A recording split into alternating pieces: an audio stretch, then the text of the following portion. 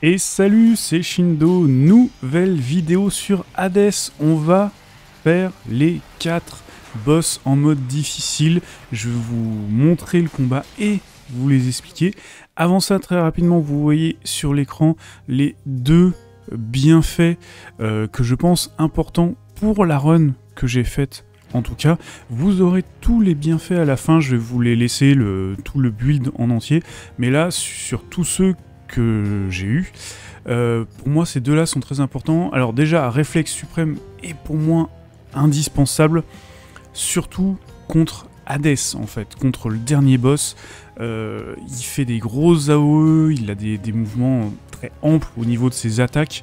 Le fait d'avoir un élan supplémentaire, voire deux, c'est plutôt cool. Si vous arrivez à pouvoir avoir 4 élans au total, 4 dash, ça va vraiment beaucoup vous aider. Et le gel mortel, alors c'est pour ce build là, avec Déméter, je trouve que le gel mortel est vraiment bien, puisque Hades dans sa troisième phase, il n'y a pas beaucoup de moments où on peut le toucher un peu facilement, et le fait de pouvoir lui faire comme ça pas mal de dégâts sur la durée est plutôt cool. Le gel mortel, en gros, il faut déjà que vous ayez un bienfait de glace, et ensuite vous pouvez potentiellement avoir celui-là, et vous verrez que c'est un peu grâce à ça que j'arrive à tuer Hades à la fin. Donc voilà, allez, on est parti. Alors, on commence avec les sœurs Erinyes, les Furies. Alors, en mode difficile, il n'est pas très compliqué à expliquer, ni même à exécuter, ce boss. Globalement, en fait, vous gardez l'une des 3 sœurs qui va être en principale, que vous combattez, et elle va être accompagnée de façon, on va dire, passive, par une autre sœur, voire les deux autres parfois. Je sais pas quel est le déclencheur, mais voilà. Donc, en gros, vous faites votre combat normal, sauf que vous allez avoir des AOE en plus de la part des autres sœurs. Donc là, Lecto qui lance ses disques, qui parfois envoie des projectiles. Je trouve le plus difficile sur celui-là, c'est quand vous avez Tisiphone en principal, puisque globalement, en fait, la salle va se rétrécir petit à petit, et sauf qu'une salle plus petite, mais avec plus d'AOE au sol, forcément, c'est ce qu'il y a de plus compliqué, surtout avec Mégère en... Ouais, il y a que ce soit Mégère ou Alecto, si vous l'avez en passif. Mégère fait quand même une grosse AO de zone, Alecto va mettre ses disques qui vont aller un peu partout, donc voilà. Le boss est pas très compliqué, là on voit je l'ai fait en... J'ai même pas pris de dégâts, mais voilà, avec Tisiphone en principal, la difficulté augmente un petit peu. Alors, le deuxième boss, l'Hydre ou l'Urnie, alors là vous le voyez direct à l'écran, la difficulté, c'est juste que la plateforme est découpée en morceaux, et donc du coup quand vous avez toutes les hydres qui arrivent comme maintenant, et vous avez potentiellement plein de projectiles qui voilà, et plus les AOE de zone et tout ça, faire attention quand vous dashez à pas vous retrouver dans la lave, tout simplement. Pas de grande difficulté. À partir de là, il y a un bienfait que j'aime beaucoup, c'est le dash d'Athéna, qui permet de renvoyer les projectiles. Sachant que là, sur cette run, j'avais en plus le bienfait duo avec Déméter, où les projectiles ennemis sont plus lents. Ce qui aide beaucoup. Notamment pour ce boss, mais aussi pour les suivants et pour les runs en général. Athéna qui, au début, je sous-estimais un peu les bienfaits, mais qui est plutôt cool quand la difficulté augmente. Donc voilà, là on voit tout simplement... Ah oui, pendant la deuxième apparition des hydres, vous voyez que l'hydre ne reste pas immobile, elle va bouger un petit peu, mais rien d'extraordinaire. Le principe de ce boss est surtout d'être très mobile, de passer d'une tête à une autre en évitant les projectiles, et ça se passe assez simplement.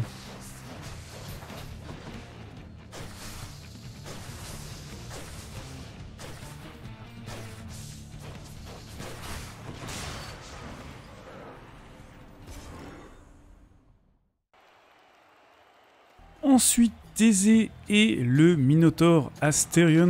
Donc là, on commence vraiment à élever le niveau de difficulté avec des compétences vraiment différentes pour le coup, surtout par rapport à Thésée et les compétences d'Asterion qui sont augmentées. Donc on voit tout de suite donc Thésée qui va du coup être sur un chariot. Alors l'un des trucs qui est bien, je trouve, c'est que il nous balance plus sa lance à tout bout de champ qui pouvait être un peu gênante quand on se concentrait sur le Minotaure. Mais du coup, voilà, en fait, il se balade en envoyant tout un tas d'AOE. Donc de temps en temps, en fait, il est sur les bords, donc on ne peut pas être dans la partie extérieure du cercle. Et à certains moments, il va du coup aller vers l'intérieur, soit en lançant ses mini-bombes, soit en mitraillant, comme là, et qui va nous mettre des dégâts. Donc il y a toujours ce truc où il faut quand même savoir qu'est-ce qu'il est en train de faire, à quel moment, pour l'éviter, pour éviter de se prendre des dégâts inutiles. Asterion, lui, tape vraiment très fort. Le gros truc, c'est, vous voyez, quand il saute, voilà, de cette façon-là, dès le début, il fait une AOE à l'atterrissage.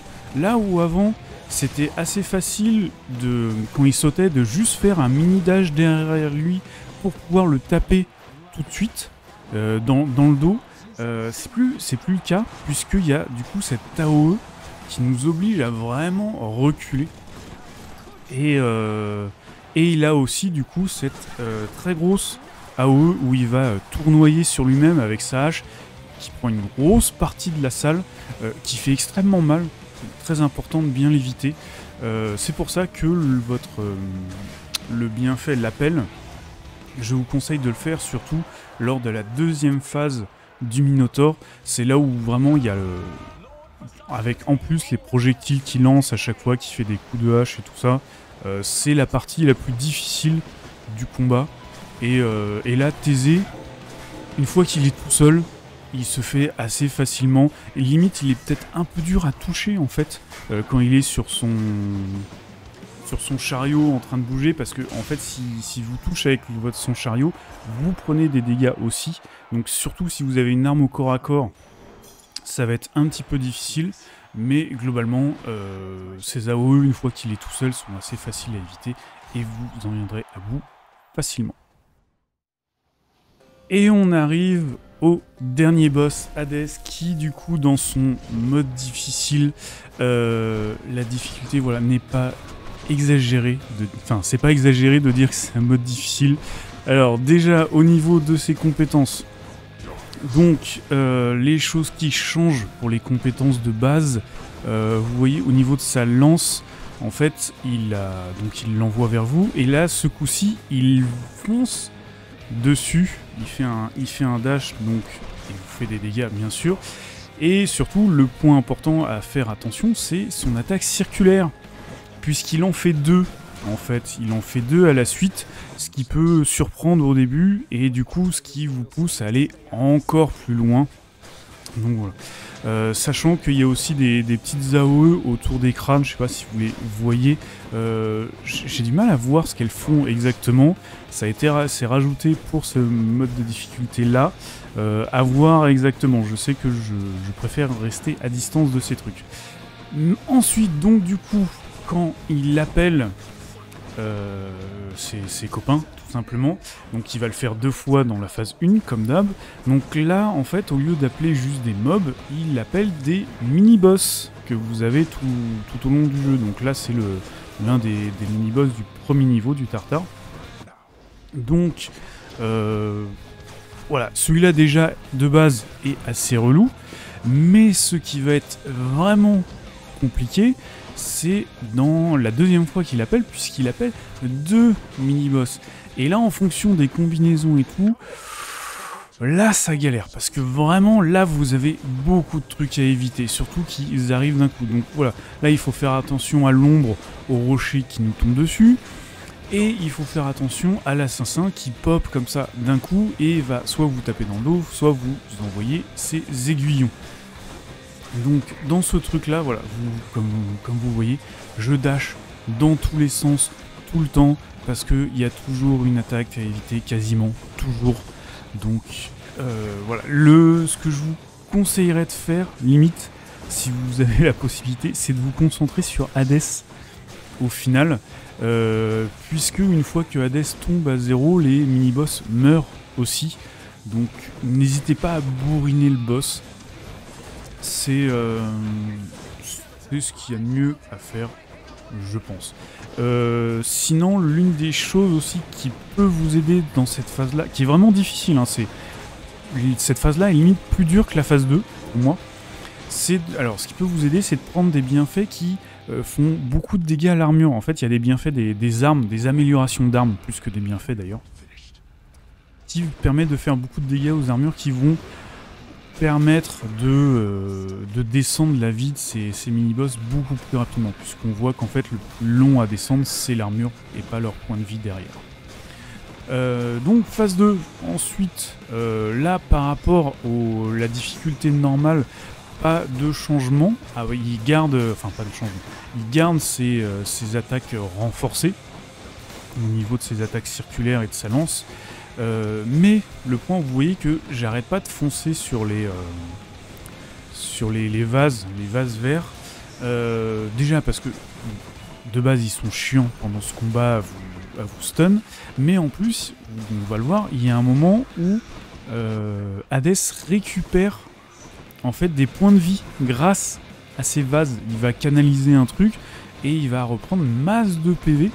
Et si vous détruisez les vases, ça arrête la compétence, ça évite qu'ils se soignent trop, tout simplement.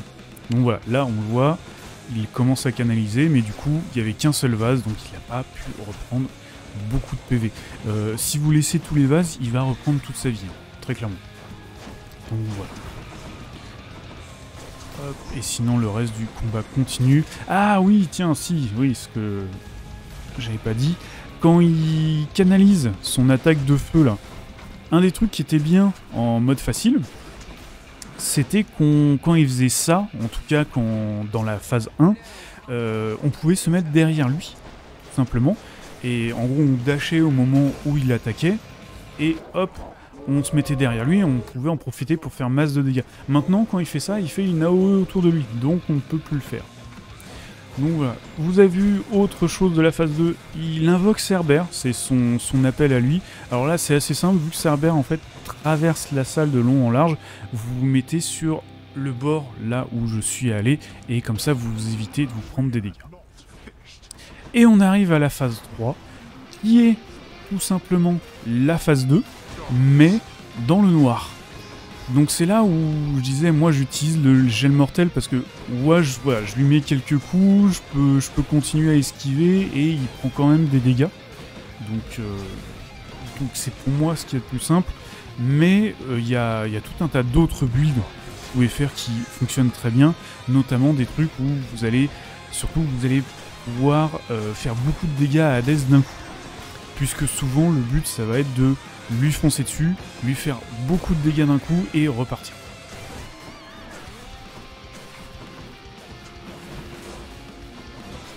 Mais globalement, sinon on garde la même stratégie, être extrêmement mobile, casser les vases le plus possible et attaquer un peu quand on peut, d'une certaine façon. Voilà, là il se soigne, hop. Casse les vases.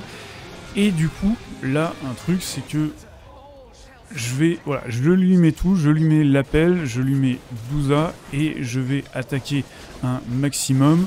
Ce qui va m'aider, c'est que voilà, il va invoquer ses vases, donc il reste immobile, donc je peux l'attaquer à fond, histoire de vraiment le bourriner avant qu'il recommence à se soigner, parce que sinon le combat est vraiment, vraiment long et pénible. Et donc voilà, un boss très très dur. Il faut adapter son build. Vous pouvez plus prendre des bienfaits un peu en hasard en vous disant que ça passe. Non, c'est pas possible avec Hades en mode difficile. Voilà, j'espère que cette vidéo vous aura aidé. Comme j'ai dit, je vous laisse, là, je vais passer, c'est un peu sur chacun des bienfaits que j'ai pris. Comme ça, vous allez pouvoir voir mon build en entier, si ça peut vous aider. Et voilà. Allez, ciao!